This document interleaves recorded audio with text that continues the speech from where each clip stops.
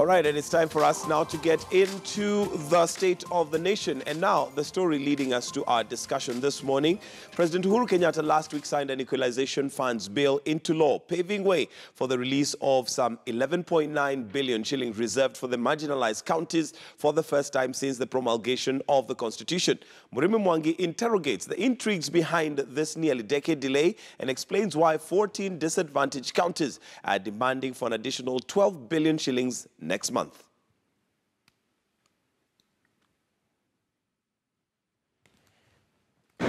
As the National Assembly Cohesion and Equal Opportunities Committee convened 2 weeks ago, Treasury Principal Secretary Kamau Thuge was a besieged man, put on the spot to explain why from an initial allocation of 12.4 billion shillings for a special fund to marginalized counties, Treasury had only seen it fit to spend 1.1 billion, mainly on planning and mapping of intended projects. The money is there. Give us, Parliament, give us the authority to spend the money, and those projects will be funded. And on Friday, President Uhuru Kenyatta signed the Equalization Fund bill into law, unlocking some 11.9 billion shillings to 14 counties identified as marginalized, including Turkana, Lamu, Mandera, Wajir, and Marsabit. The new law now excludes the fund from government policy, where all budgeted expenditure has to be completed within the financial year. A lot of contractors have already completed the jobs in constituencies, and they have waited for almost 6-7 months for payments. And so what this bill has done is to actually allow the government to do the spending. The solution in the future is to ensure that fast tracking of the needs for these counties is very important, and for communities that are lagging behind in development. But legislators, some from the 14 marginalized counties, are demanding for additional 12 billion shillings under the fund, insisting that the current allocation does not cover the first 3 years after the enactment of the new constitution in 2010. We needed to appropriate 24 billion shillings to 24 billion shillings. However, up to today, we're talking about 11.9 billion. This is the biggest question, that it means Treasury has never been allocating enough money to go into equalization fund as envisaged by the Constitution. This is KTN News learned that a soon-to-be unveiled reviewed formula could see the funds disbursed beyond the 14 marginalized counties. This will include sub-counties and slums in select urban counties. Commission on Revenue Allocation Chair Jane Kiriangai defending the move on grounds that persons living in slums are equally categorized under the marginalized and will also be entitled to a share of the fund. Today, when they bring in a debate of the trying to increase from 14 counties to around 34 counties, they're trying to talk about making every part of this country benefit out of the equalization fund. It is truly, it's for me and for many of us in the 14 counties, it's a total joke. Now, with marginalization still biting huge chunks of the country, equalization fund remains a key remedy to the inclusivity query, even as Treasury prepares to remit what is evidently the first batch of those funds 8 years after the 2010 Constitution. Murimi Mwangi, KTN News, in Parliament. All right, and that forms the basis of our discussion this morning on State of the Nation. And a quick reminder of our question today. What do you term as a marginalized Kenyan? What, in your opinion, is a marginalized Kenyan? And the Twitter handle to do that is, well, we have the hashtag MorningExpressKTN, or you can tweet me directly, and that's at Michael G. Gitonga or at Zinzi_K. And let us know what your thoughts are. We're going to be reading through them as we carry on. Also, as we get to the end of the show, just to see what your thoughts are. But we'll now get into the discussion, and with me in studio I have Philip Magal, who is an advocate. Good morning and thank you for joining us. We'll also be joined by Senator Ledama Olekina, who is a senator for Narok County, who is going to be joining us as we carry on with the conversation. But at our INM studio, we also have Dr. Jane Karigai, who is the CRA chair, that is the Commission for Revenue Allocation chair. Good morning, ma'am, and thank you for joining us this morning. Maybe to start with you, Dr. Karingai, on this particular fund that now has been signed into law, and 12 billion is expected to be released to these 14 marginalized counties. Let's start off with, first of all, what the fund is really there for, and secondly, why the delay. The promulgation of the Constitution 2010 is part of what, it was enshrined in the Constitution, but there has been a huge delay. Maybe to let us know why the delay, and secondly, what the fund is really meant for.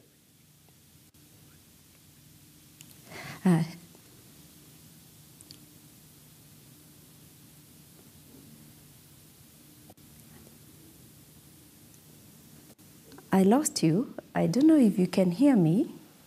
And thank you for having me. All right. The Equalization Fund was set up. We apologize for that. There's a slight delay there. Maybe we'll try and fix that as we carry on. But let me come to studio.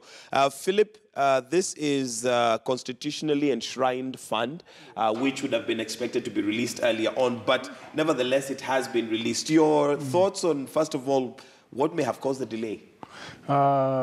Basically, I think this is to do with government bureaucracies, partly because I think the central government has for long been of the view that the counties are not in a position to absorb, manage or absorb most of the funds that are being sent to them.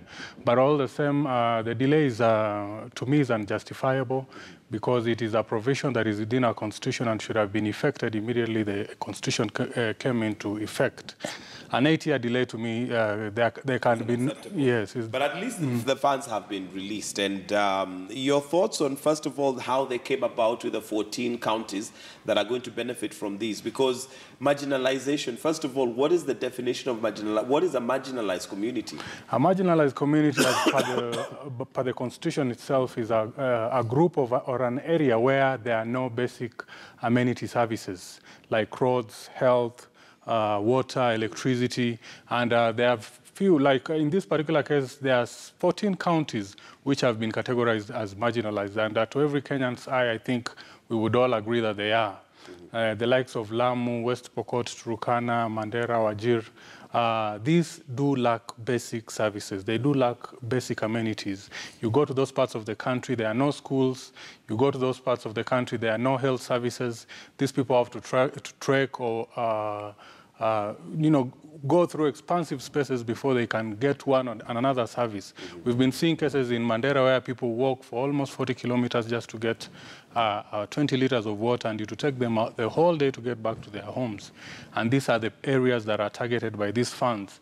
But of course, there have been complaints that there are some equally marginalized areas within our countries which have been excluded, and these are largely the slum or what have been called the slum areas. And that is why the question, what is a marginalized individual? Because yes, it is true that those areas that lack those basic amenities like roads, water, health facilities, electricity, but that is in those counties. But we also have marginalized segments within even areas that are not marginalized. Yes, a good example is here in Nairobi, and we can take Kibera and Mathare Valley as an example. Those are areas which are inaccessible. Those are areas where there are no, it's hard to get clean water, especially now that they are rationing water. Of course, they are, on a balance of scale, they might be much better off, like, let's say, a place like Turkana, because probably they do have access to electricity and many other services. But at the end of the day, I think for the best utilization of that fund, we should target not areas, but the populace. We should target the people. And if those people are to be found in Mathare, then that fund should equally be applied. There. The other question, of course, now is how these funds are going to be distributed and managed. Because in Kenya, of course, we know there are funds which have been released previously and not used for what they're supposed to. Do you have any concerns in regards how these funds will be released to the counties, and who will be the gatekeeper for the funds? The Constitution provides that this is a central government fund, and the central government can either choose to administer it directly or it can pass it on to the counties by way of grants. The Constitution is equally categorical that the funds are to be utilized for the purposes enumerated in the equalization fund. And that one is quite clear. It is to be utilized for the provision of basic amenity services, which include water, road network, electricity, and it should not be misappropriated to other other activities. But then, you know, in Kenya, as we always say, it is easier said than done. The central government itself might do one or the other thing not provided for in the equalization bill that has now become an act, or if it is passed on to counties by way of grants, then there is a high possibility that those counties might as well divert those funds to other activities. All right, and I want us now to cross over to our INM studio where we have Dr. Jane Kiringai, who's the CRA chair. And Dr. Kiringai, one of the questions is how this money has been distributed, or how the 14 counties were selected as the ones that are marginalized. And like you've heard from our good lawyer, Philip Magal, we also do have people who are marginalized in other counties that do not have access to those facilities. So how did you come up with that list of 14 counties? Thank you. Let me clarify that the Constitution gives the Commission the mandate to come up with a policy that identifies the marginalized areas. The 12 billion that has just been appropriated in the recent act is actually based on the first policy. And I want to clarify that this is not the first time. The 12 billion was appropriated in the last financial year, but the act lapsed. So after the lapse, another act had to be passed to appropriate the money that remained unutilized.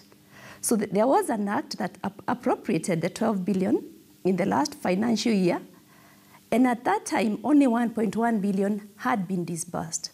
So the remaining 11.1 billion had to be reappropriated through another act. So that is what the president acceded to in the recent bill. Number two, like I said, that was the first policy. And the first policy identified 14 marginalized counties. And to identify those counties, this is what was done. It used 3 criteria, so to speak. First, the Commission did a survey where they went out and asked, who do you think is marginalized? Then there was response from that question. The second thing is the Commission looked at the injustices, the historical injustices report, and identified the counties that were listed in that report.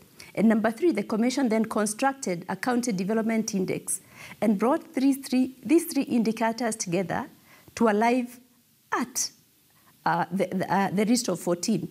So any county that qualified either from the survey as marginalized or from the historical injustices report and the county development index, any county that qualified from any of those 2 indicators then qualified in that list. That is how the original 14 were identified. And remember, all these were used as indicators at the county level. And when you get averages at county level, then you are likely to miss specific pockets. And we like to use the example of Kajiado. If you look at a county development index in Kajiado, they are very prosperous places. You have Ronga, you have Gong, you have Kitengela, you have and Gong. So on average, this may come out as like an average county. But then if you remove these prosperous places, you will come across deep pockets within Kajiado that are equally disadvantaged as other places, for example, in Mandela or in Garissa. So that is the way the first set of 14 marginalized counties were identified. But I want to say that was the first policy that appropriated 12 billion. There will be a follow-up policy that will identify another set of marginalized areas. And of course, the other question then comes in on how these funds are going to be managed. And let's use the same example of Kajiado that you've used. There are areas within Kajiado that possibly would be under a category of marginalized, whereas there are also areas which have those amenities. How then do we ensure that the funds that are released actually go to the work and the most urgent things? Because, of course, the money is not enough to do everything at once. It has to be done in steps. How do we ensure that the most critical areas are handled? Again, let me clarify that the funds that were, the act that was signed refers to the first policy. And when the first policy was put in place, we have the Equalization Fund Board that implements the projects, or identifies now the projects. Once the commission identifies the areas and allocates, comes up with a criteria for allocating the money, the process of identifying projects to be used is the work of the Equalization Fund Board. So the Equalization Fund Board already went out, did stakeholder consultation, and identified projects in all these 14 counties. They identified projects in water, for roads, for electricity, and I think some for education. So then they did stakeholder consultation at the county level, and at that point, projects were identified. So the money is already earmarked for specific projects, and in some counties, some of the projects are already completed. They're actually waiting for bills to be paid. So there is a full listing of projects from the Equalization Fund Board that is already under implementation. And like I said, once the fund identifies projects, if it's a project in water, that money is given to the Ministry of Water, which then implements the projects. If the project is in roads, the money goes to the Ministry of Roads. If it is electricity, that money is given to the relevant principal secretary, who then comes up with an implementation roadmap. So already, for the first policy, the projects were identified. Some have actually been completed, but across different counties, there are different levels of implementation. So that's already in place, and there's a whole listing of all the projects. All right, and well, that's Dr. Jane Kiringai, who is the CRA chair, and we are talking about the Equalization Fund, which was signed into law not too long ago, and basically also looking at the intrigues. And we want to take a short break now. It's 27 minutes after 7, and when we come back, I do have with me in studio the Senator for Narok County, Ledama Olekina, and we also have Philip Magal, basically just to have this conversation. So we're taking a short break. A quick reminder of our question this morning is, what, in your opinion, is a marginalized individual? What is a marginalized Kenyan, in your opinion? So we'll be taking a break and we'll be right back.